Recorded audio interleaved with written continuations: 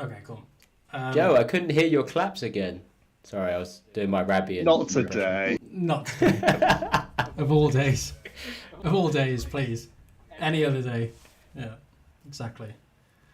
Rab's the only type of guy that would, keep referring back to the clap. So. No, well now I'm editing it. I was like, I'm always questioning whether I should put it in as the kind of intro, because it's quite a good snap, and then people just get into the conversation. So it's a good little intro, but I'm getting it out just because of criticism. The vast waves of criticism that put you off. Is that Joe on Smurf accounts? Oh no, just the general public. I should get messages about the pod. I think I'm very rare. No. Well, I get people. I get people at locals. I imagine. Yeah, I get people at locals talking to me about it and saying that they're enjoying it. And then I had somebody at Cup a couple of weeks ago at Bristol. I think it was Bristol Cup. Yeah, saying that they enjoyed it. So that's good. Yeah. One of the many viewers that we get. Yeah, we may as well just start it then. So welcome everybody back to Spill the TCG podcast. You're here with me, Benjamin Robiotti. We're going to go for a different route, I think, this podcast. We're going to be doing we're going with just you, apparently. Well, no, I was about to introduce you both, but we're going to do a tier list in preparation for Worlds, of course, next week. And who better to go through it than Joe Bernard and Alex Dow. Boys, how are we feeling? Pretty interesting. There's a lot of different content out there right now, a lot of different chatter about decks. It does feel quite wide. I think there's genuinely like 5 or 6 decks which I think are justifiable picks for Worlds, which makes it a really tough choice. So, yeah, hearing different, nattering some testing, done a bunch of my own testing, and looking, delving deep into the data as well for the early online tournaments, which only really gives you insight rather than like set in stone percentages. But lots of interesting stuff going on right now for Worlds, and yeah, it's a minefield out there. I don't I'm not jealous of Alex for having to make the choice.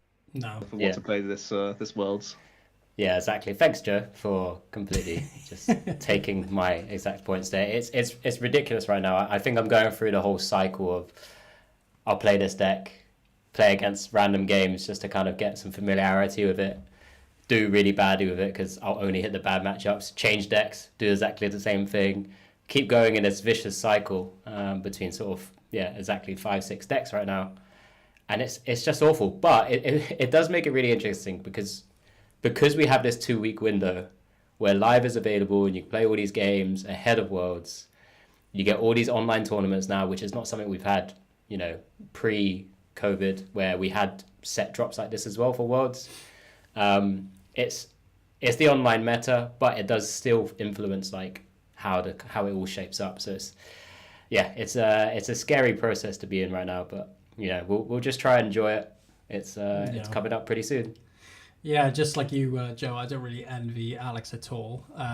Playing locals this week, everybody's kind of, putting all these little texts in their deck, and then you got one person, Elliot, playing Worlds, who's just like sweating in the corner with his Charizard list, wondering what to put in it, what not to put in it. Do I play Dustoir? Do I play Pidgeot? Do I not? Which I'm sure we'll get into the details about deck selection going into the tier list, but nothing much myself. Just been testing a lot online, and I say testing a lot, that's very very very lightly said because I only play one deck, of course. Again, Rab's the only type of guy to say testing when all he does is press pass. But it's interesting because last week I said Snorlax wasn't a fantastic play considering the bad matchups it has, but then played a few texts in locals this week and then realized that those matchups are now either you just take the loss in light of like Lugia, for example. You just do not play that package and just take the loss, but then you play those extra additions, taking out Temple of Sinners and Giacomos and stuff, and you put in like Handheld Fan and Crushing Hammer, and all of a sudden those questionable matchups are just insane. So which again I'm sure we'll get into with the tier lists. So we're gonna go on. Yeah. Played in person at locals. Yeah. And then this weekend I'll also have a cup as well. You have On another Sunday. cup? So yeah, I have a cup on Sunday, and then a challenge on next Tuesday as well. I haven't told Harriet that I'm going to that, but Yeah, so if I need to buy cards, I'm sending it yeah. to your address, right? It's so funny flying out because she's like, before you. "Oh, I'm really anxious. You go to Hawaii. It's so far away. I'm really anxious." And I'm like, "Oh well, I'll have Wi-Fi on the plane. It's fine. I can FaceTime you on the plane." But then she doesn't know I'm playing a challenge on Tuesday night, so that's quite that'll Should go, Harriet. you'll know let's how go well out for that goes. dinner. Let's go out for Yeah. dinner. Be a Harriet, note on and the then just fridge. stop by. Yeah. And she's gonna drop me to the bus station at like 3:30 a.m. Yeah, it's great. I played a cup last weekend. Oh yeah, you did, yeah. Yeah, I played Gardevoir. You lied to us. You said you were gonna stick with Polt Zarty. Thought I was going to, but That's your 23-24 season all over again. well, yeah, didn't do great. I think I generally low rolled like a couple of my losses. I stamped Chien-Pao into Prime Catcher Irida so they could reload Fib and hands me again, which is a bit rough. What's my other loss to? My other loss was to Charizard, and they took an insane line against me. They were already a prize up, and I had to Monkey Dory confuse them because I just didn't have enough energy to make like a good play happen. And rather than going for Pidgeot to either Churro or Kieran for a guaranteed second prize going to even prizes, they went boss and took a coin flip into my Gardevoir. So they literally decided to like insta win or lose the game on that 50-50, and I obviously flipped tails. Sorry, they flipped heads. So, yeah. I was honestly like bemused with that play and actually super tilted. So I had a pretty and I was in a car with Luke, who made it all the way to the finals with Gouging Fire, his trusty Gouging Fire. So after the 5th round of Swiss, it was a 6-round best of 3 Swiss. But yeah, after round 5 at 2-2-1, I dropped and went to watch Deadpool and Wolverine. Great. Sounds like a better day, to be honest. I had a great time in Reading. I came back. Luke was still playing. It was baking in that room. My goodness, they shove us in like sardines at Reading. How big was the? Is it still that? It's still that upstairs space, right? Is it? Yeah. Yeah. It's that one upstairs room with like 2 windows. There was 47 masters plus 4 seniors in the same pool, and then 6 juniors. So. Yeah, I think there was like 1 row of tables and chairs at the back that wasn't in use. Every other one was shoulder to shoulder with people, and they're really as well. So like, you actually can't get up and out if you're like in middle sections of that room. Oh, just yeah. So I was fuming on board and physically roasting in that room Because you could shuffle. So I thought, yeah, I'm back. Yeah. Welcome to the welcome to the Pokemon grind, ladies and gentlemen. Very good. But yeah, it was fun. Other than that, I enjoyed the film anyway. Yeah, Film's incredible. Yeah, it's very funny. I did just touching on that film. I saw like a snippet maybe on like Instagram or something, and I was like starting to agree. It's like, is it one of those films that without knowing all the cameos and all the other things that happen in it, is it like watchable like in 2 years down the line? Yeah, it's a good point. 5 years down the line. Does the story hold up? Yeah. It was because it's incredible right here, right now. But my brother asked me the same thing. Like he'll watch he'll watch the big Marvel films, but won't watch all like the other ones, or the series and stuff like that. So like some of the references will probably just go over his head and not be that funny. But I think they literally just throw so much at you. Yeah. And, like even if only like 25% of the jokes land, it still ends up being like a fun experience for people. It's like I don't know if you guys get the reference, but it's like I thought it was like Homer Simpson's makeup shotgun of a film, where he was just like everything in one big bang, like everything just thrown at you. But it's good though. Like it's enough to where you go, I'm not gonna question the logic around that. I'm just gonna have fun with this, you know. They're moving you along to the next good scene as quickly as possible. For sure, it is pure fan service, and it's like if you like TikToks, you'll love that film because it's just you're gonna have the best time ever. But I mean, I enjoyed it. Harriet really enjoyed it as well. She's not one really for Marvel films as such. She's not excited to watch them. I just kind of drag her along, but she enjoyed it. She liked She liked the difference. It's obviously very different to the rest of Marvel, right? So she likes that element of it, which is, and it's very different. If I could do Gambit's dialect, I mean, I would literally be saying his whole lines every single time to myself.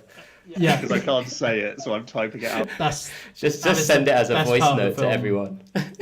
That was the funniest part of the film for sure. Got a massive laugh. Yeah, and it's like people were comparing it because of course he was part of the My Name is Jeff thing. Yeah. And now obviously like 10 years or 9 years later or whatever, it's like, woo, I'm gonna make a name for myself here. So it's quite funny. But yeah, no, all good. Sorry, we have digressed. Yeah, we've got to. Yeah. We've got to do. How many Rabbies? Is it Rabbies that you gave? I gave it 2, which is 2 out. All right, because it's 1 out of 3, right? It's 2 out of 3. Yeah. Because I've got to compact the ratings now. I watched loads of films on the weekend because Harriet was away. I had the best weekend of my life. I swear you've said you've had like a weekend to yourself for the last 4 weekends. It feels no, I was no. She's not here now.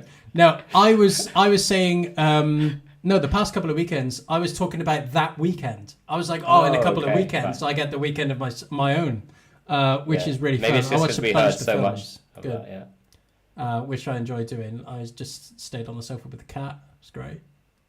Did absolutely nothing. I did a really good Hoover of the house, actually. That was one thing. First one, is it? Yeah. I got Harriet got me one of those. It's kind of like a rake. It's like a bit of coil copper wire that's on this thing on a handle, and you drag it across the carpet. Oh, it's one of those like TikTok items that you get on Amazon. I'm pretty sure. Pretty sure, yeah. But it gets everything up, and of course, because we have powder, she's like a big just pile of fluff. It just brings everything up. It's so satisfying. But I just did that for every inch of the house, which was pretty fun. But yeah. Can't wait till you find out it was just a builder's hair just being littered all over. You can make a new cat put your house with the amount of hair. With the amount of hair that she brings up, you can make a new cat. You could probably make a new hat as well, but yeah. Right. Okay. Let's go into the tier list then. So we have our Trainer Hill tier list up here. So if I go into this one, you should move over. So that looks great. Sorry, technical. Yeah. Can you see my screen? Yeah, we can see your little mouse pointer. Can you hear me? Yeah. We've got the I would say the top represented decks going into the with the release of Shrouded Fable and all of its additions into a lot of these decks, with Charizard and all of the different. Well, actually, it's really interesting because some of these decks will have them, some of them won't, obviously, because it was a shorter set. Some of those additions only go into particular decks, so it's going to be about how Shrouded Fable, of course, how much of an impact is it going to make going into these tournaments like League Cups, but also most importantly Worlds as well. So it'll be interesting to discuss that topic as well. But first of all, we have Regidrago box, which I'm going to give to Joe because I know, Joe, you're a big fan of this deck. You presented it in our last video as well, and you're a bigger fan of its overall strategy and consistency and all that kind of good stuff. So how do we rate Regidrago going into Worlds? So it's a pretty interesting spot for Drago in that a lot of people are expecting it to be the most popular deck in the room, and then by virtue of that, it probably is going to warp the meta somewhat around it, where I would expect there's more reason for people to play decks like Lugia, some of the aggressive like attacking decks like maybe Miraidon or Raging Bolt, just by virtue of like trying to prey on the potential popularity of Drago. But I think at its core, it has some insane high roll turns at its disposal. It does punish, I think, the Gardevoir and Charizard matchups pretty heavily. And I think it's got enough attacking versatility just by, the fact that you're copying different attackers. You can change your toolbox as you go. that you can stand up to a lot of these matchups. So I would expect it to probably be the most popular deck in the room, and I do still think it's going to have a pretty solid tournament. I would definitely expect like one at least to make top 8. So yeah, it's also done very well in the online spaces. It's won a couple of the bigger tournaments and shown up like a decent amount, even with the expectation of it being very popular. So I would put it among definitely the top 3 of strongest decks. But I do think it's not necessarily like the best placed deck for Worlds because there's so much expectation of it being popular.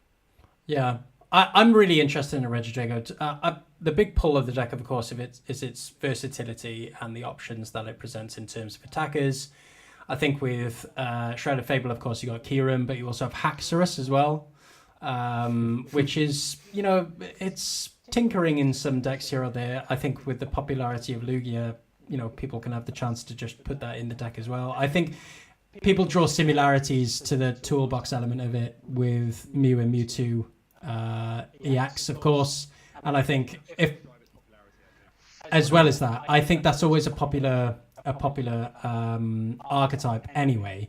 But I always remember Toolbox Attacker won last year, it won 2019, and it won 2006 Worlds. So there's a lot riding it, yeah. That sort of I can copy the best stuff of the meta just works. I think when it was released, it didn't have enough support, obviously, but now with the release of further and further sets, and you always have these funny little dragon Pokemon that prop up, and it might be a stage 2 Haxorus, but it obviously has a very, very good attack, and of course with Regidrago, having that versatile attack, and with the addition of Teal Mask as well, you have a lot of different options in front of you. So I think people who remember playing Mew and Mewtwo, they usually took a little side deck with them to all these little tournaments with all these additional attackers, and then looked at the room and thought, oh, this deck's popular, so I'm going to just pop this in my deck. I'm going to pop a Latios GX in my deck, or whatever it is. But Alex, how do you see Regidrago going into this one? I echo both of your points. I think that the key thing that you really stole from my mouth there, Benjamin, is that versatility, which I think is really, really cool. Apex Dragon being able to utilize any attack from your Dragon Pokemon in the discard pile is an incredible way of just kind of being able to navigate a meta. It's not just and tailoring that deck to a meta. So one of the really interesting things that we see now is that we probably have a core set of Dragon attackers that you'd use, like the double Dragapults, the Giratina VSTAR now as your main sort of big explosion attacker, rather than Raging Bolt and sort of utilizing all those energies. Kyurem, of course, and then it's just whether you wanted to try and slot in cards. Like you've mentioned Axorus, Goodra has been in and out of lists, or a couple of others, but like a Shred attacker, for example, even. But you still want to try and look for that level of consistency. What's really interesting from my perspective now is, because we've had this sort of 2 weeks or so, we've had a week so far, but coming up to 2 weeks before Worlds, of decks being able to, play into a different meta every couple of days. So if there was no online series that we had with Limitless, people who are fitting in neutralization zone into things like Gardevoir would probably have kept that quiet, and we probably wouldn't have seen it up until maybe like a day or two before Worlds, and people already submitted lists. Lots of Regidragos early on had no stadium outs or things like that. Yeah, exactly. Yeah, right. That's right. We're seeing this meta having to adapt. So I know Joe's already mentioned that, yes, it's got a big target on its back, but it's also having to find its way to adapt itself as well, which I think is a really cool, unique way of seeing Worlds. Because so I think stadium is one way, but there's also like just staying out of range of Tina VSTAR. Is there ever a world like before Worlds that you actually change back to Bolt just so you have that extra push potential to play around like the V-Guards or the Guardi, the Radiant Guardies, those sorts of things? Is there ever a world where you say, if people are expecting 280 to, or like just always playing around 280 damage, the fact that you can play a Bolt, I feel like is kind of intriguing. Yeah, I feel like we've got enough time now still for people to be thinking, well, is this the right way to be playing it. Whether Tina VSTAR is. I think Tina's definitely the right better way card, and that's why it's like gravitated. It's... But the fact that like, yeah, decks are expecting 280 and then playing around that. I think Bolt's also an interesting conversation card. Yeah. Yeah. I think we'll still see a couple of different tweaks and changes before, but I straight up do believe it is in the top 3. It's probably the deck that I have the most fun playing as well, just because the uniqueness of the deck.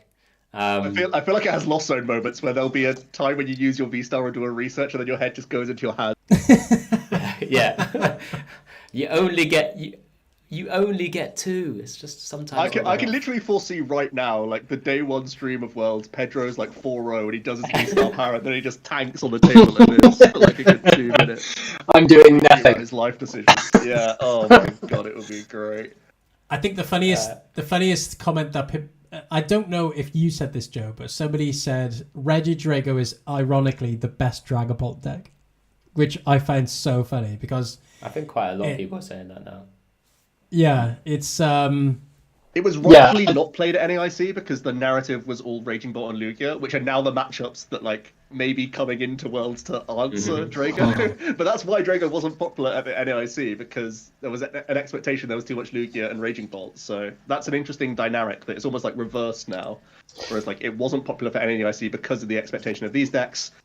And now Regidrago is like making the name for itself, and these other decks are like sweeping back in, I think, a little bit, probably towards like over 5% for each of those decks now. So let's put. I mean, we semi-spoke about Regidrago like way back and said like we both picked up cards for it because we sort of the potential that was there. The meta placement wasn't right to NAIC, and it still got top 16. Like maybe Jacob just hit the right matchup. I feel like, or maybe the probably, matchups weren't as bad as we thought they were, or something. You know, it was probably a little bit undercooked as well because I did play one in my NAIC run, and as a Charizard player, I was generally fine. The matchup against the Evolution Scott gets better at Worlds as well, right? That's the big thing. Like it was okay into the evolving decks. If you're playing, like you see Drago a lot of cups now, pre-Fable, and like they're okay into the evolving decks, but they're far worse than when they now have Pure and Cologne. So yeah, his selling point came to the No, it's fine. No. I think it's safe to assume that we'll put the top 3 in the S tier, and we'll put Regidrago there as well. Yeah, that's a good baseline for us, I think, to work on. So the next one would be Gardevoir. Now Gardevoir has been an inhabitant of the meta for a long time now, ever since its release, really. And I think it still has a very good placement. I think Gardevoir in the right hands will always do well. The list hasn't changed all that much from what I've seen with Shrouded Fable. I think it still pretty much has the same tactic. It still plays the usual Pokemon.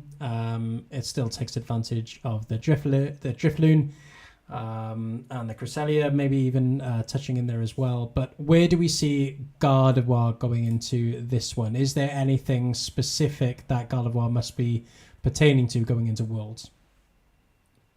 Alex, you want to go? Yeah, I can go very quickly, and I'm sure you've got plenty to add on as well. I think it's a deck that isn't given as much hype right now, maybe because it's been such a defined deck already. We have had a couple of different iterations, so I think it's naturally pivoting back towards the sort of charm builds, so like the additional HP onto things like Drifloon and Screamtails, and being able to utilize those as sort of more key attackers as well. I think it's just an inherently strong deck that a lot of people are quite comfortable with. So they obviously have to test around the other decks at the moment. I think we will see, again, similar to NAIC, a lot of top players pick it up. They do need to figure out that Regidrago VSTAR matchup. But if they can, I think potentially it's just got the same power output that it's always had before, and the same sort of consistency with refinements, and that just fantastic psychic embrace ability just to be able to utilize their attackers. Monkey Dory's opened up so many different avenues now. So I think it's got a lot of legs to it. It's just, can it survive a few of those sort of couple of turns, utilizing that TM evolutions to kind of get into the game? And then it's loads of different options, like even just the A-spec choices, I think quite difficult now. I'm happy you mentioned the TM evolution, because I think there's two aspects from my point of view with Gardevoir. One is the A-spec choice, because I think a couple of weeks ago when you were testing Gardevoir, Joe, you put Hyper Aroma back into the deck, where Unfair Stamp was kind of the favoured, let's say, before Shroud of Fable, but now there's so much pressure on the deck to get set up pretty much immediately because Dragapult, perhaps maybe because Dragapult is so popular, the looming threat of a very, very early Dragapult attack is just too strong, and you're just forced to play the Hyper Aroma. And the other aspect as well, which pretty much echoes your point, Alex, is people's comfortability with the deck. I think that people will really stick with Gardevoir because it is just their pet deck, and like I said before, in the right hands it will just do very well. I think the threats may have changed in terms of the material Pokemon, but I think the strategy still remains the same. But Joe, what about that A-spec discussion? Yeah, I'm still Hyper Aroma. For the reasons you mentioned, it's really important to start throwing those energy in the bin as proactively as possible, especially if you are going down double Bravery Charm route. You need to start ramping to 5 energy in the bin pretty sharpish, I think. And you need to cycle towards Dark Energy. That's why I still really like Radiant Greninja. That's also like more of a debatable card now. There's some Tatsu, and there's some just playing engine Pokemon outside of Kirlia, and I think that's just wrong. I think you should definitely play Greninja. Because that just feels like super important to me when many decks are just trying to take out Kirlias as you go and stuff. So yeah, I think being allowed to go first and Hyper Aroma seem still like the right calls to me. You probably need to play for Iona if you want to do that. So there isn't actually that much space in the deck, but I think you can basically rock an NAIC 60 and not feel too bad. Maybe weave in Devo. It depends on how much Charizard you respect. Charizard's not been doing great in the online spaces, but you probably still have to respect it because it's such a high ceiling deck and high skill deck that maybe its percentages are bad just because people can't play Charizard well enough. The broad spectrum of players can't play the deck well enough, which is pretty reasonable when there's so many wild lines of play now and the lists can still vary so much. So I think Guardi's probably the best deck that people won't aggressively tech against outside of a Vacuum or a Jamming Tower coming into lists. Makes it really appealing. I think it's going to end up being the second most popular deck actually at Worlds. Okay, interesting. So I think it will be more popular than Charizard because I think it has the safer Drago matchup if you play either Klefki or Mimikyu. I actually think Mimikyu's better, just as a retreat into it option, so you're not submitting as Squilliam prizes unless they hit Gust, Cologne, Kieran. Would you put this in your top 3? Or would we put this in this top 3? It's probably the deck that I would be closest to playing, so I would put it as the best deck, probably. Oh, well, okay. But that's only because I think there's going to be people targeting Drago, and it's not so easy to target Gardevoir. Yeah. No. What about you, Alex? Are you putting this in your top 3? I was actually putting it in 4th, in my mind. I was putting it behind... Now, I would have... I guess you think Charizard, and then what do you think's there? Lax? I think Lax is just too strong, but I'm sure we'll come to that in a moment. But Alex, where do you see Gardevoir at the moment? For me, I originally had it. It would have been joint third for me. It's okay. At that stage, so third, fourth for me. Mainly just because I don't think people will still be naturally scared of going into a Drago matchup. I know it can survive that. It's just I personally feel Regidrago, because of the utility and sort of just the inherent power that it has, and the ability to win games in sort of 3 turns quite quickly. Well, I guess after evolving, it's just a little bit more ahead for me. I think that yeah. Oh, sorry, Karen. Yep. I was just gonna say where Gardevoir used to be really impactful in sort of previous formats is being able to make that sort of comeback mechanic, right? Go behind, that opens up all your unfair stamps, your counter catchers, and so on. Unfair stamp, probably because there's cards such as Serendipity EX now and sort of other decks that are playing, especially aggressive decks as well, playing that package alongside maybe a Mew EX sometimes as well. That unfair stamp just doesn't really hit home the same. And then similarly, counter catcher, of course, it's a great card and will still continue to be in there because you naturally will always often fall behind by 1 prize at least. It's just lacking that kind of comeback as much as it used to. So like I said, it may need some particular lines it has to go down, but the first couple of turns are always generally the same, right? Get your routes out, Evo up, see if you don't lose any. Fez is definitely a big talking point, and I do think like the Charizard matchup gets worse because of that, and I think Drago is kind of rough. That's also why I love double bravery now, though, so that can be your like turn 2 attack if you've gone second and hit Evo, right? You can immediately try and Iono Scream as a combo, but yeah. Yeah. No, I'm happy to put it in S tier for now, unless things change. Putting it as 3rd slot though. Yeah. No problem. Just one thing rather than, because obviously the way this is currently laid out, it feels like it was the top most played decks as we're going through. So it's like Charizard Pidgeot that we're going to be looking at next, right? Should we just randomize it a little bit and like? Yeah, of course. Because otherwise we're literally just. Or you can let's talk about Snorlax, things that we've watched it, and it's your bread and butter. True. No, that's fine. Yeah, I think going into the first week, going into the conclusion of the first week of testing with Shrouded Fable becoming legal, especially from the data and the stats that we've had from Trainer Hill and Limitless, I think I underappreciated Snorlax's matchups going into this meta. I thought my biggest problem with Snorlax going into it was depending on the popularity of Regidrago and Lugia. Because I think Lugia is a terrible matchup regardless of how many Temple of Sinnoh and Giacomo you play. Because even if you do play the Temple of Sinnoh, it's the pressure that you have to deal with and keeping up with, the kind of tempo of Lugia. But Regidrago seemed like an impossible matchup just because everything attacks, obviously. Everything in that deck is a threat. Regardless if it's the Teal Mask or even a Mew EX, and they don't really play anything else. The only option you had was just pray that they played a Raging Bolt EX and hoping that you can either put it down or they kind of forget and you get it off a Lucky Aricas or a Flute. But now Snorlax is adopting a different approach with Handheld Fan and Crushing Hammer and just saying, to hell with it, I'm just going to lose my Lugia matchup. I'm taking out these 5 cards that I'm needing to play to try and beat that matchup, and just go hell for leather and try and beat Regidrago. And that Handheld Fan and Crushing Hammer combo is absolutely ridiculous. I mean, it's good into any other matchup, but specifically that one, trying to move around and manipulate the fire energy, as well as getting rid of a first early attachment on turn 1 or whatever it is. It's actually putting pressure on your opponent instead of kind of just going block, gust, pass.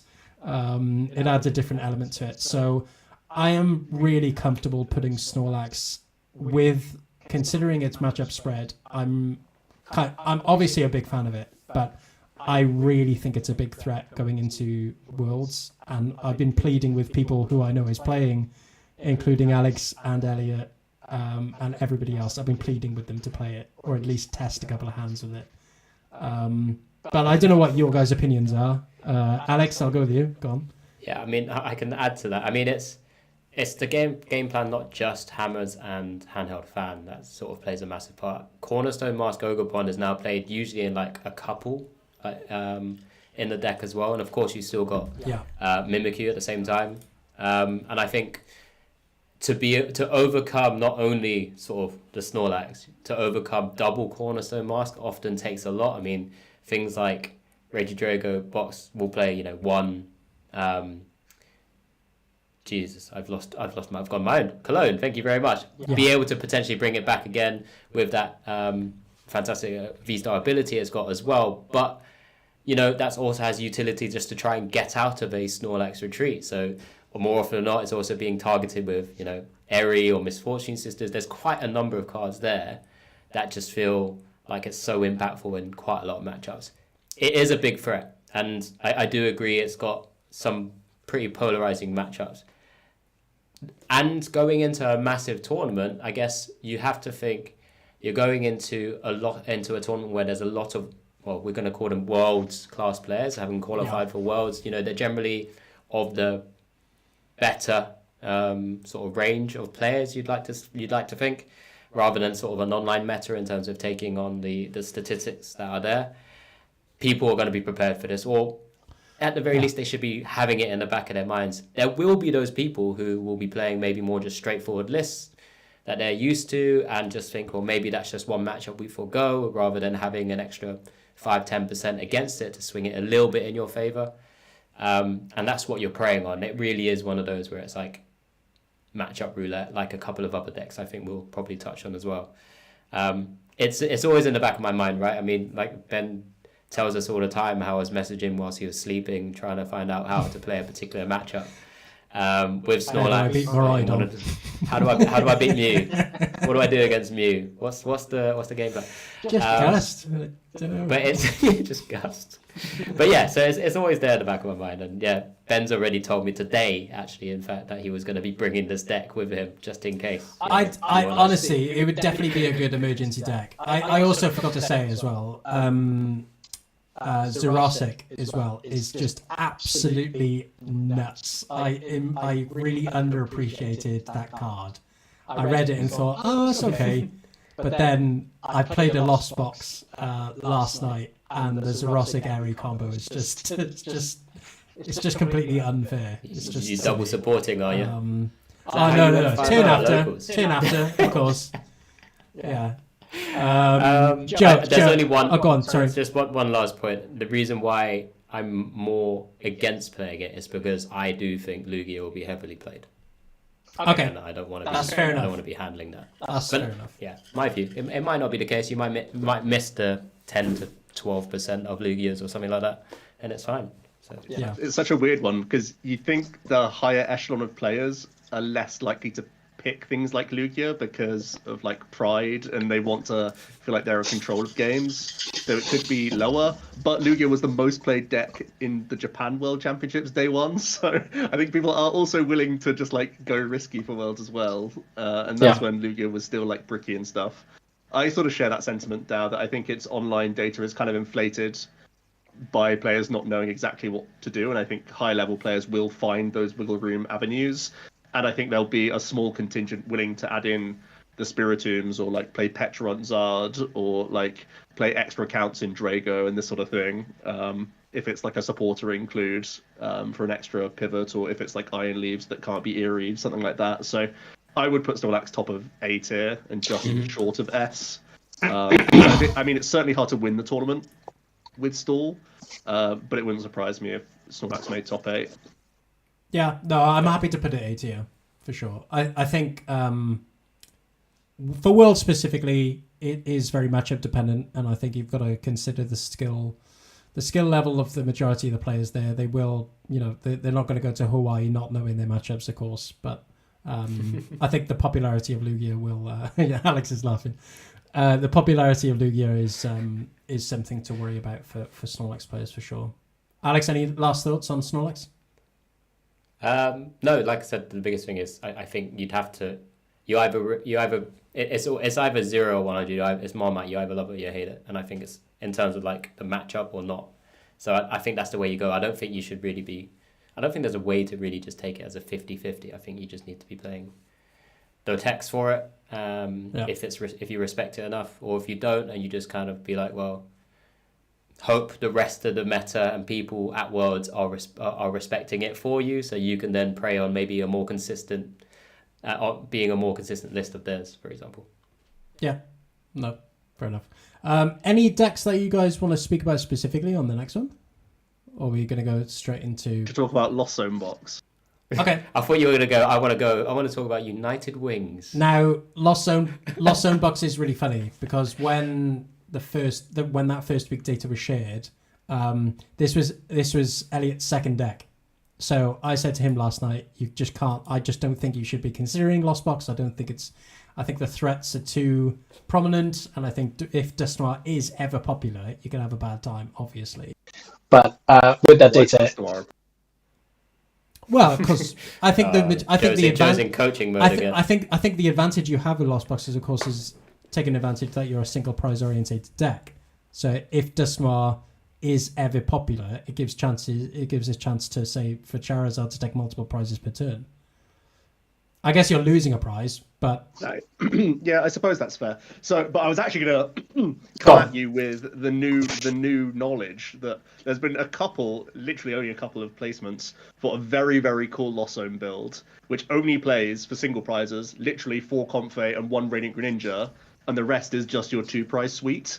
So that against Regidrago, you only have 2 Comfey down, so you're not afraid of Cologne Kyurem or whatever, like Kyurem just in general. Like, it's a way that Drago can take 2 prizes, but they discard 3 energy to do it. And because you're using other multi-prizes, they're going to have... It's just a 2-prize racing deck, and you just use still the heavy Pokestop, the heavy Lost Vacuum, that sort of thing, and the Comfeys are purely there to ramp. And I think that's really interesting in that you're boasting Pheasantipity EX, Blood Moon Ursa Luna, Iron Hands, and Roaring Moon as like your 4 or 3 best attackers in the game, and now Pheasantipity as a 2-prize bench-sitting Pokemon.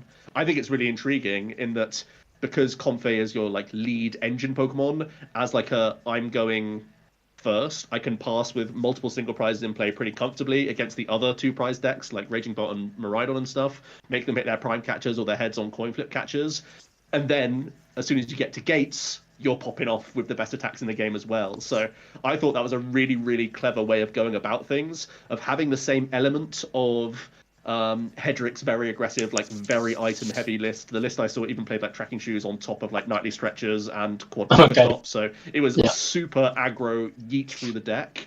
And it was like, these are the 3 best attackers in the game, in that like Roaring Moon can KO everything, Iron Hands takes 2 prizes on the small stuff, and Blood Moon is just efficient late game guy. And I think that's actually really, really appealing. Obviously, removing Sableye from your deck takes away some advantages in terms of sneaky plays that you can do, but I thought that as like being a new aggro deck and just saying that Gate is a crazy accelerator rather than looking towards like Electric Generator or looking towards Sada as your combo, having this item-based acceleration package sounds really appealing. So I think Lost Zone Box in this build might actually be sleeper. I think it's pretty good. But like you said, Rab, the way that it was played at the NIC simply can't be done now. I've heard murmurings of like double Manaphy. I just think that's horrific. Your board state looks terrible, and you're taking out all your speed cards, so then you just become like a slow Lost Zone Box, and that's just bad, I think. I think why people are struggling to comprehend Lost Box is because it doesn't really gain anything from Shrouded Fable. Fez Nightly's very good as well in the deck.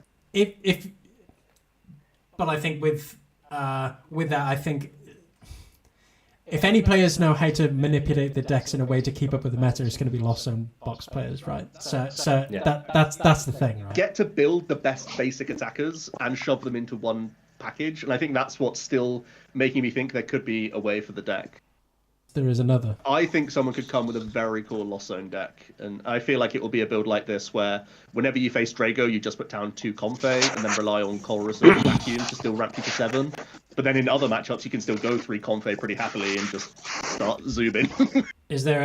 I can't believe you just chucked another deck in front of my face here, Joe. Is there a Listen Al Gaib of Lost Zone Box players? I think I'm very happy putting it low tier because I've not played enough of this deck at all. But as like I've seen this concept, I think it makes so much sense to me to still cash in on the best acceleration in the game. And as we know, like it's a good pace setting deck, and you have Fez now, so you don't get nearly as crumbed by Iono anymore. I think there's so many elements to make me think like, damn, people won't have played enough against what you're throwing down against them, and it has a lot of good selling points. I'm so happy that we only get like so many views so I can go test this and be comfortable and no one's heard what I'm playing. I mean obviously the online data is very skewed to how the historic Lost Zone Box decks are built, right? So a lot of people are naturally going to go towards that. I don't know whether enough people will test something like that, like what Joe's described, and obviously may have seen the 1 or 2 results, but it's only like the 2 that Joe said, right? So the funniest thing is it's not even classified as Lost Zone Box; it's classified as other because it doesn't show very good. and Sableye in the deck. It's within the other category. Yeah. All right, Joe. Well, keep that on the wraps for now. We'll keep that as my sleeper for the time being. But no, that obviously is really interesting. I was going to say it was a sleeper even without that route generally, because I was expecting people to find a build for it. Now Joe may have kind of highlighted that there is potentially a build or a route to go down. but maybe that's the sleeper that I was expecting. I don't know if I'd be comfortable enough to play something like that, particularly in its current state. It would need some heavy testing into the field first. Personally, I wouldn't put it anywhere higher than a C for the time being. Yeah. And that's probably like being dragged up from a D because of I'm fine with that. I'm completely fine with that because I haven't played nearly enough, and I literally saw it over the last 2 days, and I was like, "This is such a cool idea." But it's a big. I think it'll be super low play, if any. So yeah. No, fair enough. Next one would be Charizard Pidgeot, and I'll give this to my good friend Alex because he's played this the most, and I'm sure is having a right old headache about what to put in the list. Yeah, it's obviously we've known the inherent power of Charizard for quite some time now, so we won't bore the details of that. It is or was the hype deck before everything was released, right? Adding in Duskull, Dusclops, Duskull to be able to ramp up your damage, place additional damage down, just feels like it should all make sense and make the deck just incredibly powerful. And there still are many people out there calling it the best deck in format. But it does need like a different mindset to play it, I think, now. And that's the first thing that I sort of understood after my first few games against Joe. And then obviously subsequent games after that. You are still giving up a prize, and sometimes that's an awkward spot to be in. Yes, you can manipulate your prizing so that you can maybe activate things like Radiant Charizard or your other sort of combo, sort of comeback cards and comeback mechanic cards as well. But you have to play with such a different mindset that I think it will put a lot of people off. That being said, I think people will still come up with different variants of Charizard Pidgeot. I don't know where we might fit in like Charizard Pidgeot with the Dragapult lines that we've seen Tord play at NAIC, and it's still getting some popularity as well, just because again Dragapult's like a really good attacker, right? And to help combo some of those additional damage placements where needed, rather than or maybe in addition of the Duskull line. It's still very high tier, and I think it's still going to be a deck that people bring to Worlds. Whether I think it's got enough to win, I think my expectation is that people will find a refined list again, because it's probably 90% of the way there compared to a lot of the other decks. It's just those last few parts, finding the right matchups and the right meta for it, and you're still a deck that has Pidgeots. Most of them still have the barrel for draw engine. You have energy acceleration. It's just got a lot going for itself. I think it has. So, yeah, I think it's, again, for me, it's that kind of SA tier. I mean, probably a lot of people may have put it in the S tier in the top 3 decks, but I think it's borderline for me as well. I'd be comfortable putting it in S tier. I think people will be put off the deck because I think it has close to, if not the highest skill cap required to play efficiently. I think the biggest headache a lot of players are having, and I think we spoke about it earlier, was just picking what to put in the deck. I think it's a lot of people are hyped up Duskull going into this tournament, and of course with the release of Shrouded Fable, but that's like 6. That's like at least 4, if not 6 cards that you have to sacrifice, and that list. I mean, we've spoken about it so many times. The list is so tight because you have to keep up with all of these other threats in the format. So now it went from the original consistent 4/4/4, kind of shell to this 1/1/1/1/1 item line, and adding another stage 2 just isn't going to help. We know it's consistent with Pidgeot and Barrel, but people are even talking about taking out Barrel to put the Duskull in. So it's a lot to comprehend for players. I think I would only play it if I was super confident in not only how I was going to be playing, but the list I was playing as well. Joe, thoughts? Sorry. Just before Joe, because I know Joe will probably might touch on this as well. Obviously, we've only got Charizard Pidgeot, and there's many variations. I think it's probably still underexplored. I really quite like the idea, and I haven't tested it myself, but the Pecharunt by Mochi build. It just feels good, right? You lose 2 prizes, and then you could deal 280 back with Mochi, which is really cool. So like if you're playing a mirror match, you can take out a Pidgeot quite quickly and easy as well. It's probably a little bit, or just generally like most other 280s. It's just a little bit underexplored right now. I know Joe's championed it quite a lot. It got its first online second place, I think. Oh, really? Okay. It was a smaller one, but still, yeah. But yeah, Still it's a really interesting build, I think. I actually think Dusknoir is a trap for Worlds. I think Dusknoir spreads the deck too thin, / you can't play the techs that you probably have to play for the Lugia matchup that would make me more confident. Even like either jamming tower to protect against Devo against Guardi, or have vacuum against like Bravery Charm stuff. I want those in the deck list. I want to have respect for controlling matchups as well. So if that comes in the form of like Gouging Fire to help out against Ogerpon, or to have like Cancelling Clone to also cover like Mimikyu, but then you probably also need recovery cards. So I actually am still trying to preach Petrarunt as probably the way that you can fit enough of these answer cards into the deck, so that Zard isn't just like doing its thing and being preyed on by these other decks. Because I think there is still the narrative that it could be in the top 2 or 3 of popularity at Worlds. Yeah. So there's still big reason for people to target it. And I think Zard is just too targetable right now. If you just go in with a 4-1-3 Zard line, 2-2 Pidgeot, and like Bib, and you draw through your deck, but you don't actually get the job done. Like you're not actually finding any cards that change the outcome. So yeah. I actually believe in Petra, and that's the one that I've been ladder climbing with the most. And maybe it's just because it's ladder, there's just way more control on ladder, it feels like, because people like the mind-numbing wins, and I guess people conceded into control that it's an easy climb deck.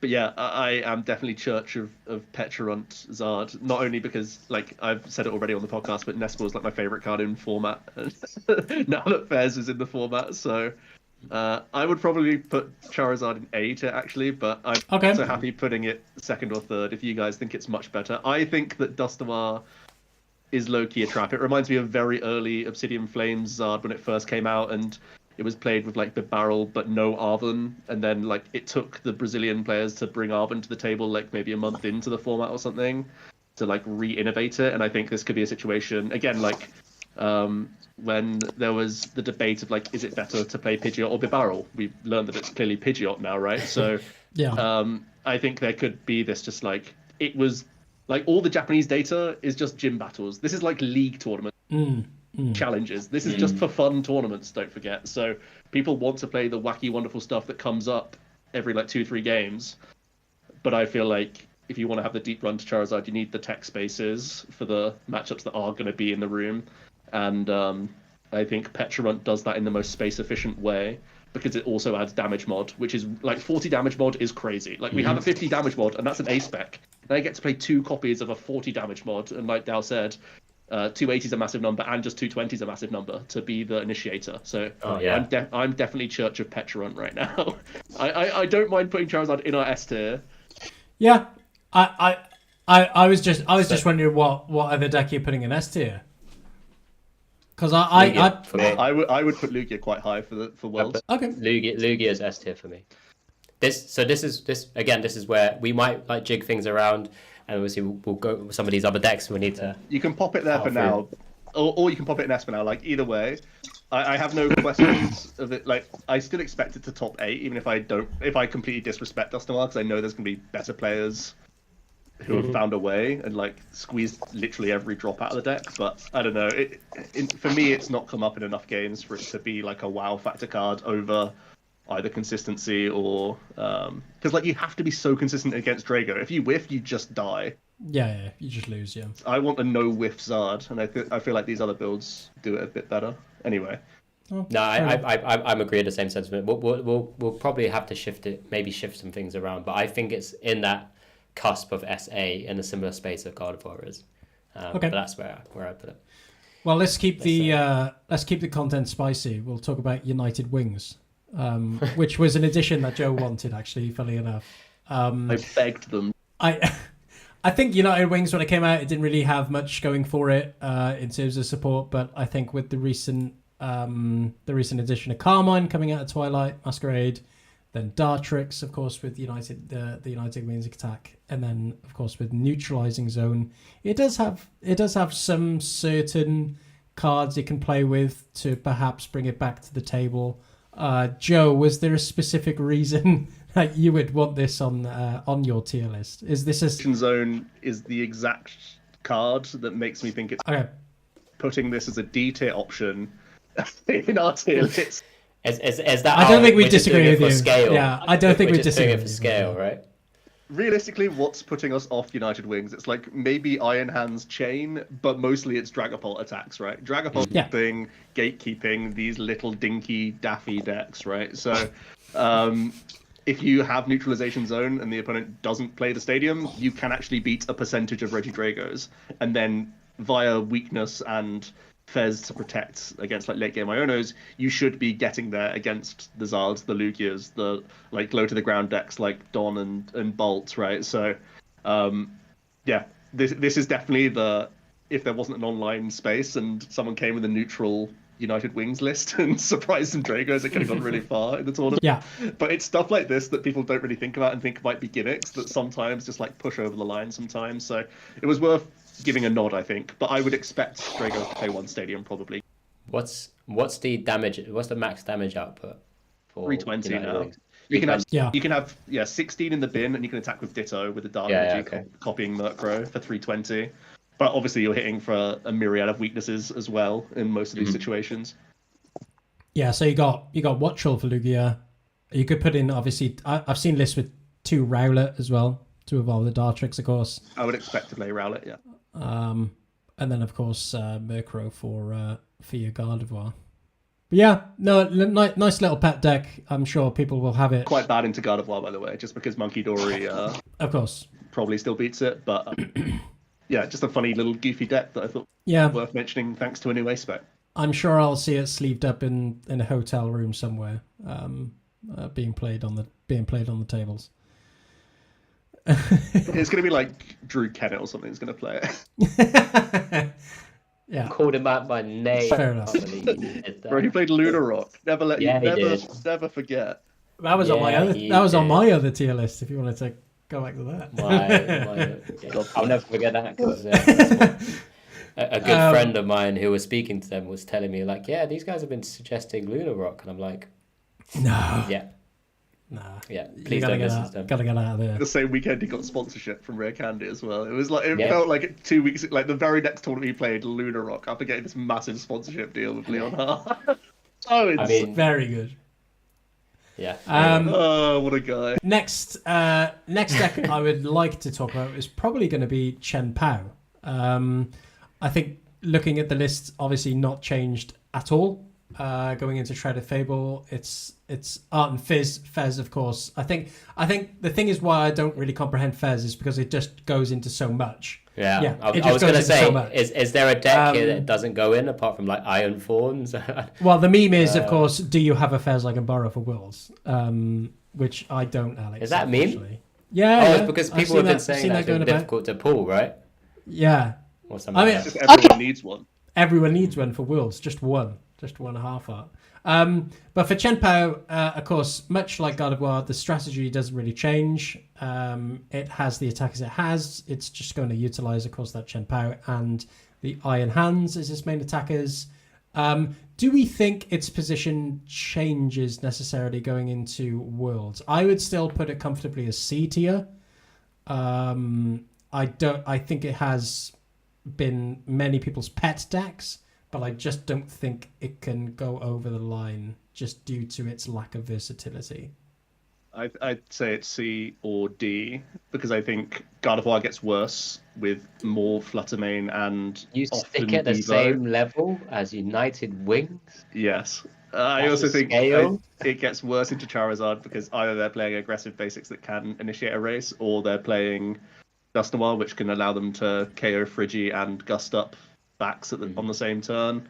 So I think your good matchups are worse, and I think like Drago's basically a 50-50, I think, and like Lugia's pretty 50-50 as well, and like Lax is terrible. There's like no selling points to this deck.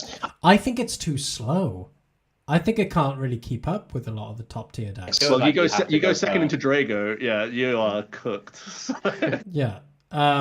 I've never been a fan of Chien-Pao. I think I've made that apparent in the past. I've even said it on stream once before. I've said even when it was in like top 8, I said I've never seen a Chien-Pao win before. I've never commentated Chien-Pao win. Still haven't. I think me and Shay were pretty hyped about seeing it make it to top 4 with Owen coming. Yeah. And then obviously when he did bring it home, It's a it very had cool its moment. I have nothing against Chien-Pao. Yeah. I just think there's no selling points to the deck in this format. It's had its moment. It's maybe people will sleeve it up if they're comfortable with it.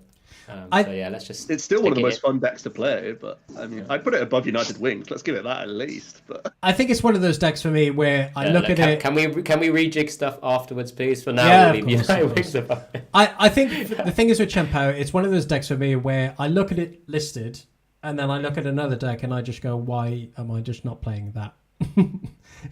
Because that is just easier or better or more, it has better attackers, etc. But yeah, conscious of a little bit of time, boys. Of course, no problem. Some of these Alex, we need to Alex, next deck. Go on, you pick. Lugia, in my opinion, one of the best decks someone could play going into Worlds. Joe's already said it. If you haven't put enough time into testing something, don't put any time into this because you just want to be playing it when you're at the tournament and then seeing if you hit those heads when you need to, tails when you need to. And once you're set up, you have good matchups. You're pretty fair across the board, if not good into some pretty good matchups, into some pretty good metas. So I would stick this in S tier, purely because of its inherent power. It has that consistency issue, but once it's there, it gets going, and it's a pretty damn good deck. I would mostly put it in S tier because of the very human elements of so well when you're behind or like able just to scoop early, and when you're winning with Lugia so evidently that you can play the clock really nicely. Like no confusion of when you're very behind and should pick up your cards as Lugia, and there is no confusion when the game will be like those 1 or 2 turns longer, but you're taking 2 prize turns every time you're doing the thing you want to do with Lugia, right? So you play best of 350 really nicely. You don't have to care about like teching for any matchup. You're the problem, I suppose. So I also think Lugia is way up there. I would probably put Guardi above it, but it's just about will top players swallow their pride and play a deck that's coin flip nonsense, and you put your faith in just like turn 2 summoning star high role players who are better than me rather than like outskill them, which isn't like a nice thing to do when you work so hard to make it to Worlds. And I've always this is from me from the outside looking in, and I know that I've like basically never considered Lugia for a tournament since Silver Tempest, so maybe it's like a hypocritical thing to say, but if I was like telling someone to play a deck, I think I would probably tell people to play Lugia or Guardi for this tournament. Yeah.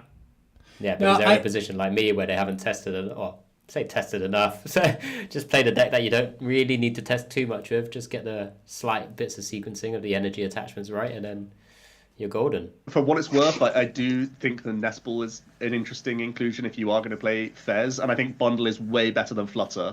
I think Iron Thorns is a 0%, even if there are some lists playing Flutter in the format. So play Bundle and have a better time. Like, it's a usable card in every other matchup. It's very good against Gardevoir. It's pretty good against Charizard, and it's like very rarely dead. So a Finn Nest Ball package plus Bundle is appealing to me. In addition to like your other search cards, and also I know Dowd, you've thought about like 17th Energy or just an extra V-Guard. That's also intriguing to me. But yeah, you are playing a theme deck, but it's a damn good theme deck when you summon on 2. So I wouldn't begrudge anyone playing it. No, I still think it's a really strong deck. It can be aggressive, and like you both said, it knows when it's won and it knows when it's lost. I think on a very good day, Lugia just runs away with its tempo. But I think I've seen from a lot of the latest list, it has that Wellspring Ogerpon EX, which is also a very cool addition. I really like that option. Yeah. It's not. No, it's Casino. Let's give ourselves the copium that we're wanting consistency card. But I think what I like about the addition is that it offers bench snipe, which I don't think it necessarily had before. Which is really cool. Every deck now is playing Manaphy, right? Because it's the fast wins. What's interesting is like playing Wellspring in open deck list in online tournaments is weird because you're making people like draw better or commit to their board. Whereas in closed formats, it's in the deck for completely different reasons, actually, in that you're trying to get those surprise wins, right? It's so weird to compare its performance in an online tournament to a closed decklist tournament. It's a very strange thing. Yeah. You can also sob for win because you played double turbo, which is also really cool. It is possible. Very good. Yeah, thanks, Ben. Moving on. Yeah. Anyway, next one. Joe, would you like to do us the honors? I think Raging Bolt's a trap for Worlds. Okay. You think it's a trap? I think it's a C tier deck. I think I also don't like it. this is the high tier. I don't think this is the high roll deck we're looking for. In that, I still think it's bad into Zard. Its data's also not that good into Lugia, and what I like about looking at a Raging Bolt versus Lugia matchup in terms of an online data setting, it doesn't really matter how good you are with Raging Bolt and Lugia because they like play themselves, at least the opening turns play themselves quite a bit more. So I can like more reliably trust that data, I think. And I don't know there's much you can change about the deck. I think it has its inherent flaws. I think it doesn't actually attack on turn 2 for the 220 nearly as much as I would like it to. And I think when you do, there are drawbacks to that because you're going to get sent down to low hand sizes, and there are still ways that people can punish it. And I think, yeah, you can like kind of feast into Drago, but everything else seems sus. Like our other top 4 decks all seem like kind of tough matchups for you. So you're still just going off the raw inherent, just quote unquote consistency of kind of getting the attack off quite. I mean that's nice. Right? But as we've seen, you've had to, like most of the lists that do well, have to play things like Pokemon Catcher as like a 3 count because you actually don't have an inherent win condition. So even if you're like the consistent deck only is like a 6 out of 10, and you lose consistently even if you set up consistently. So it's like I think this is a trap deck. I would probably put it top of C. Yeah, I also reiterate those points as well. I think like looking at our top 5, I think I'd rather play Miraidon into that field because at least you're very good into Lugia and you find into Gardy, whilst also having the like I can be aggressive into Drago. So I think I would rather just like hope to dodge enough Zard and play Miraidon if I wanted a fast aggressive deck compared to Bolt, which is only trying to hit 1 deck and then dodge like 5. I think Miraidon and possibly even Turbo Roaring Moon are better aggressive options going into this tournament than Raging Bolt. But yeah. Also don't like Moon for what it's worth, but at least you can play Darkrai VSTAR and have a decent time. That's the one of the biggest reasons. Yeah. Well, it happened to me. Yeah. Happened to you. Yeah. Roaring Moon in like low C to high D tier. Yeah, I think Bolt and Turbo Roaring Moon go quite closely together. Since we're on this kind of overall topic anyway, there's nothing for me to argue about Raging Bolt's position. Miraidon alongside someone building a Lost Box deck is a sleeper pick for me. I think it's super strong. And yeah, especially if people are shaky on Zard. That's what I think is really interesting. Is that like the format started with the narrative of it has to be Zard. Now it's like you have to beat Drago. So if there's going to be some people wavering on Zard because it does inherently have like a fairly like average Drago matchup at best, even with tech inclusions, it maybe puts Zard down to 10% rather than the 15 we maybe expected a couple of weeks ago. And that makes Miraidon pretty good at getting to a 6-2 record and then pushing on from there. Yeah, so, yeah, I think it's solid too. I like Miraidon. I've always liked Miraidon. I think it's always been a sleeper pick. I think in a lot of tournaments it's always kind of sprung up as kind of like a little bit of a surprise. Like, oh, did you see the Miraidon that made top 32 or whatever? I think the consistency of the deck inherently just has it has a lot of edge over a lot of different decks, and sometimes it can just go too fast with its tempo for people to keep up. And of course, it can take. It's one of the only decks that can take advantage of Iron Hands as well, which obviously it uses to great advantage with Generator and all that kind of jazz. This big internal debate over the last couple of weeks of what's better out of Miraidon and Thorns. I think Thorns has way more polarized matchups than the Miraidon does, which could be a good or bad thing for Worlds. It'd be more important to have 80-20s rather than Miraidon, which might be like more 60-40s. But I would probably put Thorns in the same tier as Miraidon, trying to do similar things, and they're trying to target the meta as we're seeing it at least. I was, yeah. a better time into Charizard, especially if you play the multiple Cornerstone and play Fighting Energy in addition to Lightning, rather than just a pure quad Thorns with hammers. I would say this does have a 100% win record against Lugia. I will say that. It does have a 15. That is, and that is fact. Okay. Data is insane. It's obviously not very popular, so there's low data to go off of. But there's been like 53 games against Drago, right? And it's 31 wins, so it's a 58% matchup. So if you're good into Lugia and Drago, and you're not bad into Gardevoir, like it's really about you lost zoning their Flutters and Klefki, right? And then hoping that life's difficult for them. The Guardy has to really carefully time when they flutter, and it has to be like when they have a bunch of energy in the bin, so they can like shove everything onto everything, really. And it's also coming out as favored in Zard. Now, a lot of that data might be because there's lots of Cornerstone in the Quad Thorns, like clear Quad Thorns. It's a Iron Thorns and Cornerstone deck combined. Or if it is just Quad Thorns, it's very hammer based and it plays Charisma and those Crushings and also plays Lost Cities, right? So yeah, I think Iron Thorns is also like, similar to Block Clax. Just this deck that you can turn up with. It's not the hardest deck to play, but like you're not going to need many reps, I think. It gains some cool cards like Colch's Tenacity as well from Shrouded Fable, where you can have more tutor for Lost City and for Double Turbo, which was like a small issue of the deck. So yeah, I think there's strengths here, and I think it is a bit sleeper, to be honest with you. And its online data is just absolutely nutty right now. You're forgetting it's just funny to play 4 Pokemon as well. People like that niche, don't they? Abilities. Look at all my hammers. This is great. Alex, I do love a crushing Thorns?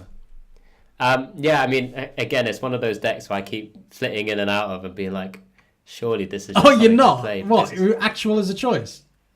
Yeah. It's definitely one of my 6 rotation decks that I'm like hovering around. Cawthorn's coming with this deck. He played this. Could be his world's win with Quad Thorns. That's my hot take. Wow. Hot take. You heard it here first, everyone. Fair enough. Cawthorn may take home his champion title, but yeah, I'm a fan.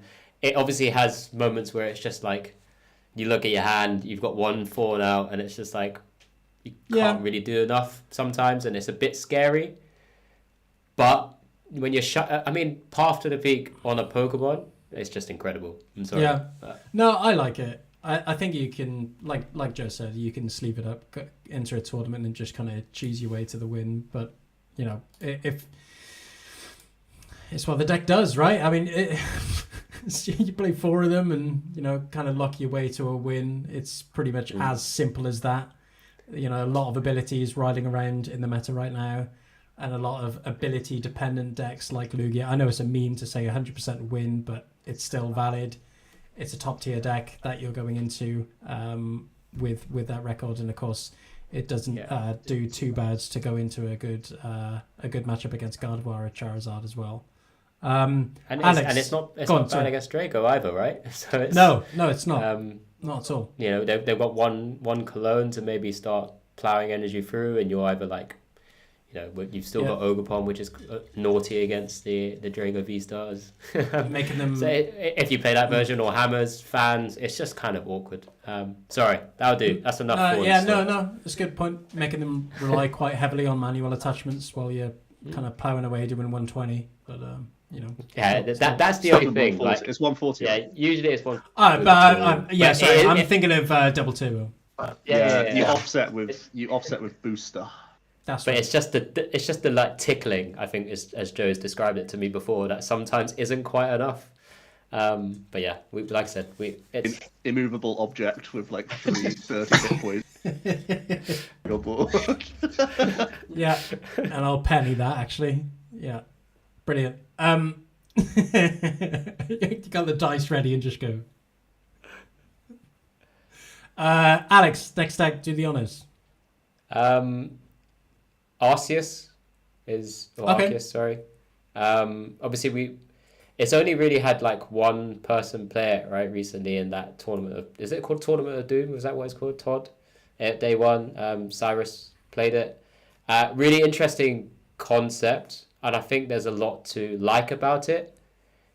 It's just a little bit maybe too slow, in my honest opinion, if you hit the wrong matchups. Because if you go second against things, you're there just kind of screaming in agony. Yeah. A lot of times that we've kind of already mentioned about some other decks,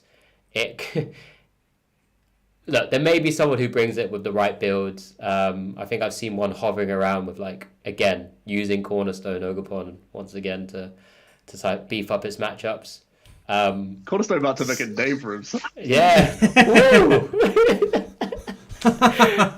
C/D, just because like the V-Star ability is still incredible. It still has, if it can get rolling, it's still a pretty good deck. It has unique additions of the energy counts that it could utilize as well. So it could utilize Mist, it could utilize Serena, maybe not Mist and Serena together, maybe one or the two of the others. And then the split of the other side is Gardevoir and V-Guard. So like you probably want to combo those two together rather than one full fence, so that you can utilize Sharon's Care and things. So it has some things going for it. It's just that turn one is a very, very dark place. It's a deck that I look at and I think, how have you survived this long? What are you doing here? What year did it come out? It reminded me a lot of Zoroark. You remember when Zoroark just got to the end and it was just kind of coping, and it was just like, let's just try this to try and beat Mew and Mewtwo. And then Arceus, I feel, is in the same boat now, where I think a couple of weeks ago it started playing Aerodactyl VSTAR. Now it's kind of going through this different kind of like, I'm going to add some copium and just trying to jam this in the deck. Start judging turn 2 as soon as possible. But yeah, you're right, Alex. I mean, the turn 1 has always been a nightmare for Arceus, right? If you don't get that turn 1 attachment, you have to find it from somewhere or just kind of accept fate. But I know, Joe, you wanted to add Arceus to the tier list. Take us through your thoughts on it. Well, mostly out of intrigue. I think it's probably worse than just playing like an Iron Thorns if you're going to go for this, like, I'm a cheesy strategy kind of deck. So I'd put Arceus in D, probably. Oh, okay. Fair enough. I'd put it below some of these other aggro decks. I think it's similar where I don't really know how to judge it, because a lot of people will be playing these different types. I mean, I think most popular in Japan is Noivern and the Alolan Vulpix, right? That's the deck I see most coming out of Japan being played with things like Scoop Up Cyclone, plenty of Turo to try and kind of cheese your way into a board state to where you can't lose. But it's so much cope. Good use for it, right? Yeah. It's so much cope. It's trying to find random checkmates or wiggle room. You basically need people to be off their game to get wins most of the time with it. So. And there's so many better ways you can do that. But yeah. Probably Iron Thorns is the better grief. I wouldn't have thought I just realized Iron Thorns is a better Arceus, but sorry, Alex, go on. Yeah, you could just chorus for the two cards the same way Arceus is probably picking the same two as well. Anyway, I just realized we've got Dragapult Charizard as another one. We kind of mini spoke about it with Charizard Pidgeot. Put it in the same tier. Where would you like to put Dragazard? I think it clings on to Charizard's tail. Yeah, I agree. So I think it just follows along, really. I think solo Dragapult probably is the worst version to play Dragapult. I think if you actually want to use just Dragapult and not the Charizard, you actually play Regidrago. I don't think there's any benefit to just playing Dragapult solely on its own, unless you're trying to kind of make this concoction of Dragapult Dusknoir and try and go that route. But I think there's so many better ways of playing that strategy out. If it's even the Lost Zone box Dusknoir, I think that's with Sableye. I still think that's even probably a better option. But I'm intrigued to know both your thoughts on Soul Dragapult. Yeah, I think it's pretty Exodia as well, to be honest with you. I think it's pretty woeful into Lugia. You have to play Tex for Snorlax if you want to even get close to that matchup. It's like, because you're Dragapult as well, you're getting weaker into the Devo players from Guardi. They're already going to like Monkey Dory undo a lot of your math. So, high C, low B. Yeah. Yeah, I agree. No other comments on Dragapult, to be honest. Obviously, we know how strong that attack is, and again, we've said it already on this pod and between us and between other groups. The better Dragapult attacking deck is Regidrago. So why would you want to do that as a actual stage 2 deck instead, fitting other stage 2 cards into your deck as well? Well, I can Haxorus as well. Oh my god. You kept mentioning the cards. I think it's a great card. I personally don't think people should be playing, but in Drago. But we'll move on. That's like 66 so card much. for me. I think it's pretty far down the list. Really? Oh, I quite like it. 66th Dragon Attacker, I should mention. I think it's a good sneaky down option. Somebody at locals mentioned Dragonite, the kind of energy. Right, moving on. Yeah, Ancient Box. Joe, thoughts? I think it sucks. I think it's really bad. Yeah. C as well.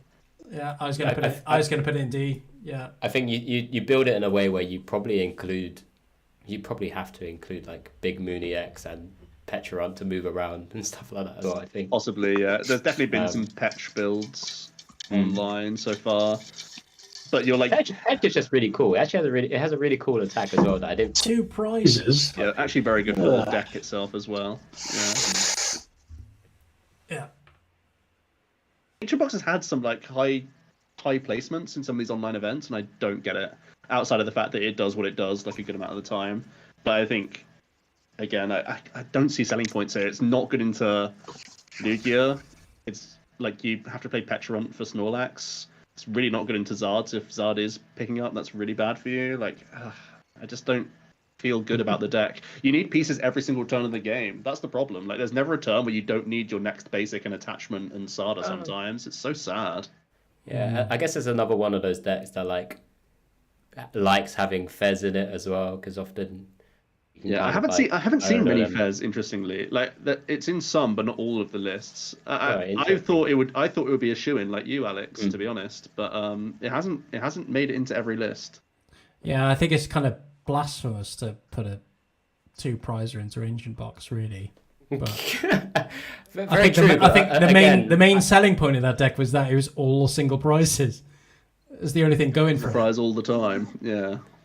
Because I think when I played it, I loved the idea of, okay, I'm only really doing high damage or high pressure later down the line, but at least I know that I'm safe behind all of these kind of big chunky single prizes. But having Fez, I mean, you're adding a lot of pressure. Draw power is key.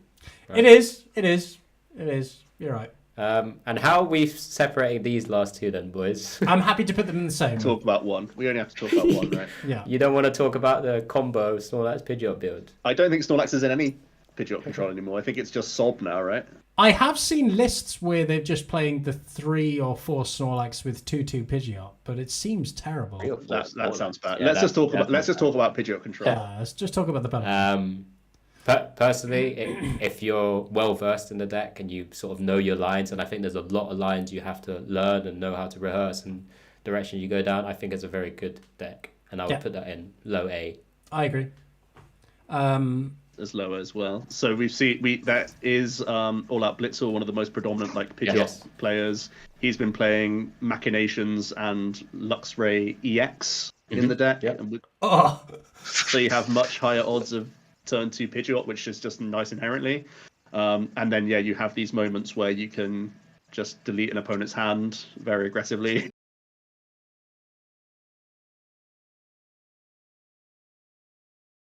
There's Neo Upper as well, so you can also get 250 attack with Roseanne's backup to reload it. So it's similar, it acts as the hand disruption, but then also can pivot into now that I know you're bricking, I'm gonna swing 250 and then 250.